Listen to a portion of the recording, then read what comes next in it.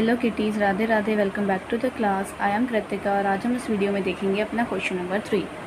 Question number 3 में क्या बोला है, find the pair of linear equations. हमें वही पेयर ऑफ लीनियर इक्वेशंस निकालनी है, सब्स्टिट्यूशन मेथड से उनका सोल्यूशन निकालना है, जो हमने क्वेश्चन नंबर 1 एंड 2 में देखा था, सब्स्टिट्यूशन मेथड, है ना।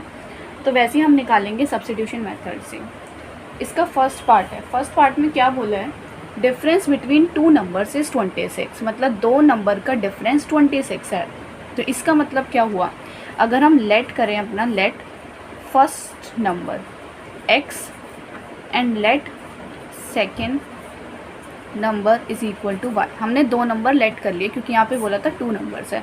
अब बोला डिफरेंस बिटवीन टू नंबर्स, मतलब इन दोनों के बीच का जो डिफरेंस है वो क्या है हमारा 26। फर्स्ट क्लियर है। सेकंड क्या बोला है कि वन नंबर इज़ 3। जो वन नंबर है, जो पहला नंबर है वो क्या है, इज़ 3। तो क्या होता है, one number which is x। Is का मतलब मैथ्स में क्या होता है, equals to 3 times the other, मतलब 3 टाइम्स है दूसरे नंबर के।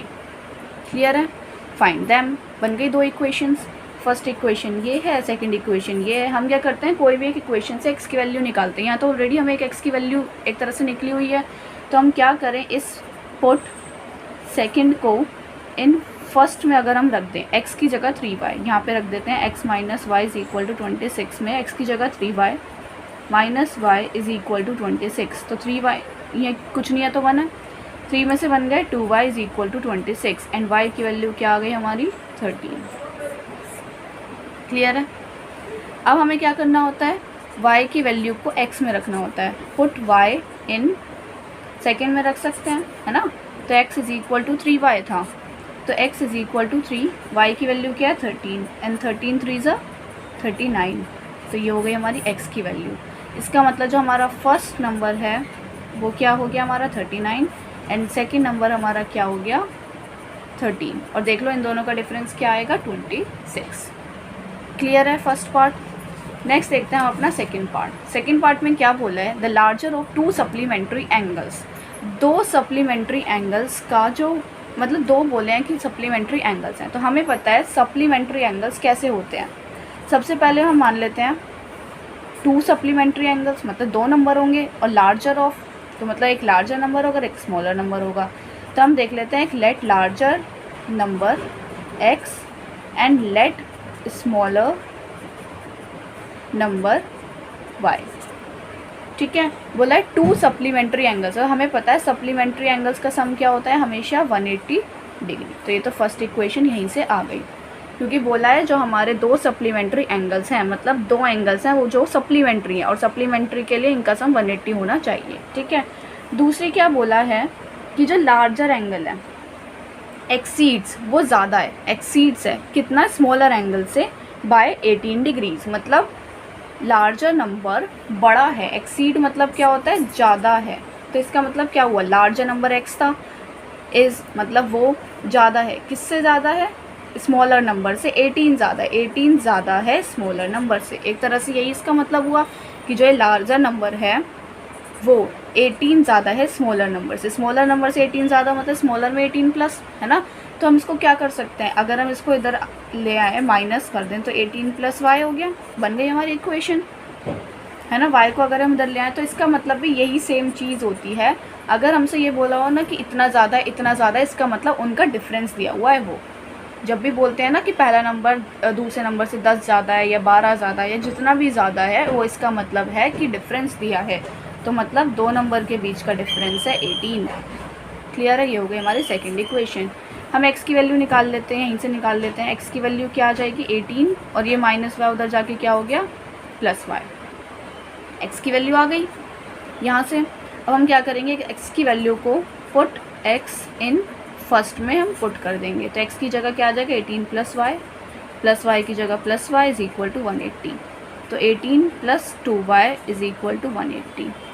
2y is equal to 180 minus 18। जब हम माइनस करेंगे तो क्या आएगा 10 माइनस 8 2 एंड 7 माइनस 1 6 एंड 1। तो y की वैल्यू क्या आ जाएगी हमारी 81। अब हम क्या करेंगे, y की वैल्यू पुट y इन किस में हम पुट कर सकते हैं, इसमें ये किसी भी इक्वेशन में हम पुट कर सकते हैं। अगर हम थर्ड मान लेते हैं तो हम थर्ड में पुट कर देते हैं, x is equal to 18 plus y, तो x is equal to 18 plus 81, तो कितना हो गया 99। तो हम क्या लिख देंगे कि जो हमारा लार्जर नंबर था वो है हमारा 99 एंड स्मॉलर नंबर जो है वो है हमारा 81। क्लियर है? तो दिस इज़ आवर आंसर। ठीक है, 2-3 बार प्रैक्टिस करोगे अच्छे से हो जाएंगे। एक और देखते हैं। The coach of a cricket team का कोच है जिसने 7 बैट्स एंड 6 बॉल्स खरीदी हैं। ठीक है, कितने रुपीज़ में? 3800 में। लेटर, बाद में उसने क्या किया है, उसने she bias 3 bats and 5 balls, अब 5 बॉल्स एंड 3 बैट्स खरीदे इतने रुपीज़ के। तो कॉस्ट बतानी है हमें हर एक बैट एंड हर एक बॉल की। तो मैंने आपको हर बार बोला है जो भी फाइंड करने के लिए बोला जाता है ना उसको ही लेट कर लेते हैं। तो let cost of each bat and cost of each ball, तो कॉस्ट ऑफ बैट हम मान लेते हैं x है, और लेट कॉस्ट ऑफ बॉल की कॉस्ट मान लेते हैं y। यहाँ तक क्लियर है? अब क्या बोला है, अगर 7 बैट्स की कॉस्ट निकालनी है तो हम क्या करेंगे, 7x निकाल देंगे, है ना। 7x हो जाएगा, कॉस्ट से हमेशा मल्टीप्लाई होता है। जैसे एक चीज़ है जो कि हमने 10 बैट खरीदे, अगर हम बोले कि 10 रुपये में कितने खरीदे होंगे तो 10 × 10 हो जाते हैं, है ना। वैसी सेम। एंड 6 बॉल्स प्लस ये भी खरीदी होंगी 6 बॉल्स की y थी, और ये सब इसने कितने में खरीदा, 3800 रुपीज़ में खरीदा। क्लियर है? तो ये हो गई हमारी फर्स्ट इक्वेशन। हम यहीं से x की वैल्यू निकाल लेते हैं पहले। क्या हो जाएगी x की वैल्यू, 7x है, 3800 माइनस ये प्लस y है तो उधर जाके माइनस 6y, और x की वैल्यू के लिए 3800 माइनस 6y और अपॉन में ये 7, तो यहाँ से आ गई हमारी x की वैल्यू। नेक्स्ट देखते हैं। 3 बैट्स, क्या बोला है, 3 बैट्स खरीदे प्लस 5 बॉल्स खरीदी, कितने रुपीज़ की, 1750, इतने रुपीज़ के इन्होंने खरीदे। तो ये हो गई हमारी सेकेंड इक्वेशन। हम क्या लिख देंगे, पुट x या value of x in second. ठीक है, हम इसको थर्ड मान लेते हैं, बाद में वैल्यू y की पुट करने के लिए इजी रहेगा। ठीक है, अब रखते हैं सेकेंड में, इसमें रखते हैं 3, x की जगह क्या है 3800 माइनस 6y अपॉन में 7 plus 5y is equal to 1750। Clear है? और मल्टीप्लाई करेंगे, 3 को मल्टीप्लाई करेंगे 3800 से तो क्या आएगा हमारा 11400 minus 6 3 = 18y upon 7 plus 5y is equal to 1750। Clear है? बस कैलकुलेशन है और कुछ नहीं है, इसके अंदर कैलकुलेशन थोड़ी लेंदी होती है, इसलिए सब्स्टिट्यूशन मेथड से ज़्यादा एलिमिनेशन मेथड पर प्रेफर किया जाता है, क्योंकि elimination method easy calculation wise होता है। तो हम इसको देखें तो हम एलसीएम ले सकते हैं, कुछ नहीं है तो 1। ठीक है, इसका एलसीएम क्या आएगा, 7 एंड 1 का एलसीएम 7 तो है या ऑलरेडी, जो नीचे ऑलरेडी डिनोमिनेटर 7 होता है तो उसका न्यूमरेटर एज इट इज़ आ जाता है। पर अब इधर देखो, यहाँ 7 तो नहीं है, 7 बनाने के लिए हमें 7 से मल्टीप्लाई करना पड़ेगा। तो 7 5 = 35y, ऊपर वाला लिख लेते हैं, नीचे तो ऑलरेडी 7 बन गया।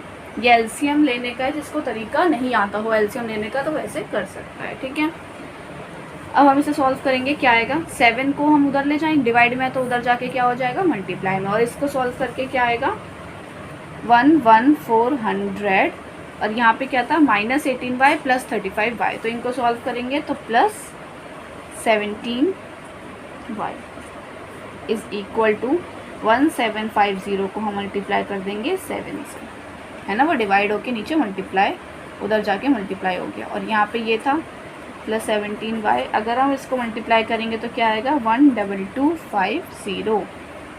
क्लियर है? हमें यहाँ से y की वैल्यू निकालनी है, तो 17y इज इक्वल टू 12250, ये प्लस था, उधर जाके 11400, ये प्लस था, इधर आके क्या हो गया माइनस।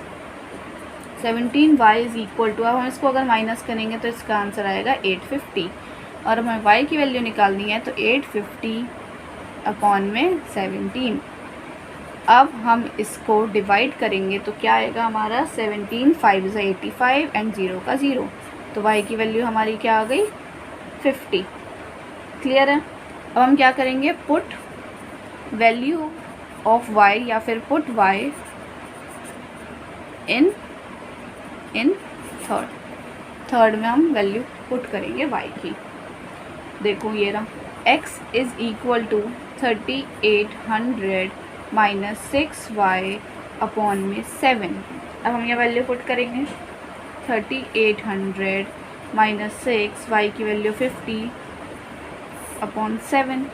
सॉल्व करेंगे, 3800 माइनस 6 5 ज़ा 30 और एक 0 अपॉन में 7। इसको सॉल्व करेंगे तो क्या आएगा 3500 अपॉन में 7। इसको कट करेंगे, 7 5 ज़ा 35 एंड 00, तो x की वैल्यू हमारी क्या आ गई 500। तो हमें इससे क्या पता चला कि जो हमारी कॉस्ट ऑफ बैट आई है वो कितनी आई है 500 रुपीज़, और जो कॉस्ट ऑफ बॉल हमें पड़ी है वो कितना पड़ा है, y की वैल्यू 50 रुपीज़ हमें इसकी कॉस्ट पड़ी होगी, मतलब 50 रुपीज़ पर बैट हमें पड़ा होगा। तो this is our answer. Clear है।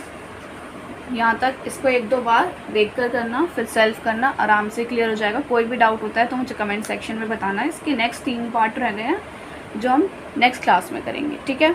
अभी आप यहाँ तक अच्छे से रिवाइज करना जिससे कि आपको कोई दिक्कत ना हो। कोई डाउट होता है मुझे कमेंट सेक्शन में बताना। और आज की वीडियो समझ आई है तो प्लीज़ लाइक कीजिए, कमेंट कीजिए, सब्सक्राइब कीजिए, अपने क्लासमेट्स के साथ शेयर कीजिए। मिलते हैं नेक्स्ट वीडियो में। राधे राधे।